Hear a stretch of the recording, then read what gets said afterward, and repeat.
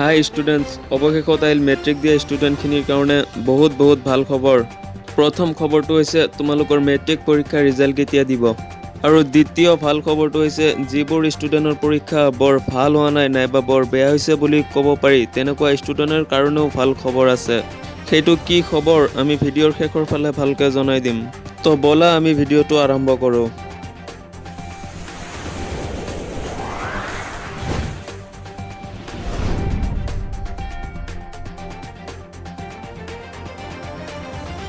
প্ৰথম খবৰটো হৈছে board of secondary education Assam, অৰ্থাৎ এইটো এটা সেবাৰ অফিচিয়েল ৱেবছাইট। ইয়াত মেট্ৰিক ৰিজাল্টৰ বিষয়ে কি লিখিছে ব'লা আমি চাই লওঁ। এই পেজটো যদি আমি তললৈ স্ক্ৰল কৰোঁ তেনেহ'লে ইয়াত কি লিখিছে চোৱা তোমালোকে। The Board of Secondary Education Assam will be able to declare the result higher secondary leaving certificate and Assam High Madrasa examination 2020 by the second week of June in the case the ongoing lockdown is not extended indefinitely. সেবাৰ chairman Ramesh Chandra Jain উল্লেখ কৰিছে যে প্ৰায় 80% বহি চোৱাৰ কাম শেষ হৈছে। লকডাউন যদি খোলা দিয়ে তেন্তে সেকেন্ড উইকৰ ভিতৰতে তোমালোকৰ ৰিজাল্ট এনাউন্স কৰা হ'ব। ইয়াত তোমালোকে গম পালাই যে জুন মাহৰ সেকেন্ড উইকৰ ভিতৰত তোমালোকৰ ৰিজাল্ট ডিক্লেয়াৰ কৰা হ'ব।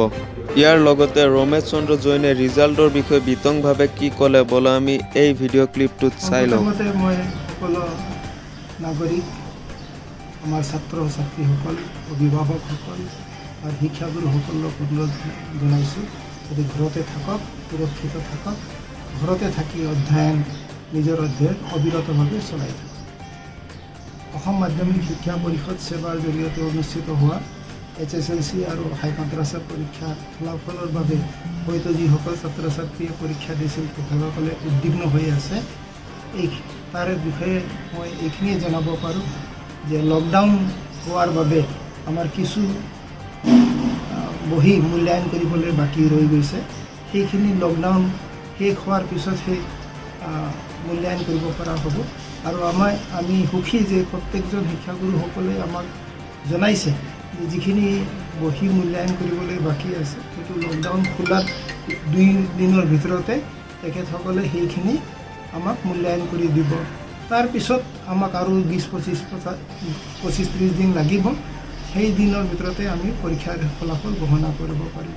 গতিকে লকডাউন খোলাৰ পিছতহে আমি সঠিক সময় নিৰূপণ কৰা আমাৰ সুবিধা হ'ব। গতিকে ছাত্ৰ ছাত্ৰীসকলক মই উদ্বিগ্ন নহ'বলৈ অনুৰোধ জনাওঁ। সঠিক ডেটটো এতিয়ালৈকে তোমালোকক দিয়া নাই, তোমালোকে ভিডিঅ'টো চাই গমেই পালা। যেতিয়া সঠিক ডেটটো দি দিব লগে মই তোমালোকক জনাই দিম। এতিয়া আগবাঢ়ো দ্বিতীয় খবৰটো লৈ। যিবোৰ ষ্টুডেণ্টৰ পৰীক্ষা বৰ ভাল হোৱা নাই নাইবা বেয়া হৈছে তেওঁলোকৰ কাৰণে ভাল খবৰ এইটোৱে যে যিহেতু এবাৰ কম সময়ৰ ভিতৰতে পৰীক্ষাৰ বহীবোৰ চেক কৰি ৰিজাল্ট ডিক্লেয়াৰ কৰা হ'ব। বহীবোৰ ভালকৈ চোৱাৰ সম্ভাৱনা খুবেই কম মানে এইটোৱে যে কেতিয়াবা ৱৰ্ড শব্দৰ মিষ্টেক হৈ গৈছে, কেতিয়াবা স্পেলিং মিষ্টেক হৈ গৈছে, কেতিয়াবা লিখিব লাগিছিল অকণমান বেছি তোমালোকে লিখিছা হয়তো বা অকণমান কম। গতিকে তেনেকুৱা ইমানবোৰ খুঁটি নাটি মাৰি থকাৰ সময় নাই। সেইকাৰণেই মই কৈছোঁ যে খুব কম সময়ৰ ভিতৰত বহি চেক কৰা হ'ব। যিহেতু বৰ ডিটেইলছত তেওঁলোকে পঢ়ি নাচাব, সচৰাচৰ এইটো নিয়মেই হৈ আছে যে এখন বহি এজন শিক্ষকে ভালকৈ প্ৰশ্ন এটাৰ উত্তৰ পঢ়িহে তাৰ ওপৰত ৰিভেলুৱেশ্যন কৰে নাইবা মাৰ্কিং কৰে। যিহেতু সময় কম, খুব কম সময়ৰ ভিতৰতে ৰিজাল্ট দিব লগা হ'ব। গতিকে বহীবোৰ বৰ ভালকৈ হয়তো চোৱা নহ'ব। গতিকে তোমালোকৰ যিবোৰৰ অকণমান পৰীক্ষাটো বেয়া হৈছে তেওঁলোকৰ বেছি নম্বৰ পোৱাৰ চান্স এটা আছে। সেবাৰ নিৰ্দেশ মৰ্মে 80% বহি চোৱা কমপ্লিট হৈছে, অকণমান বাকী আছে। সেইখিনি খুব কম সময়ৰ ভিতৰতে চাই ৰিজাল্টটো ডিক্লেয়াৰ কৰি দিব।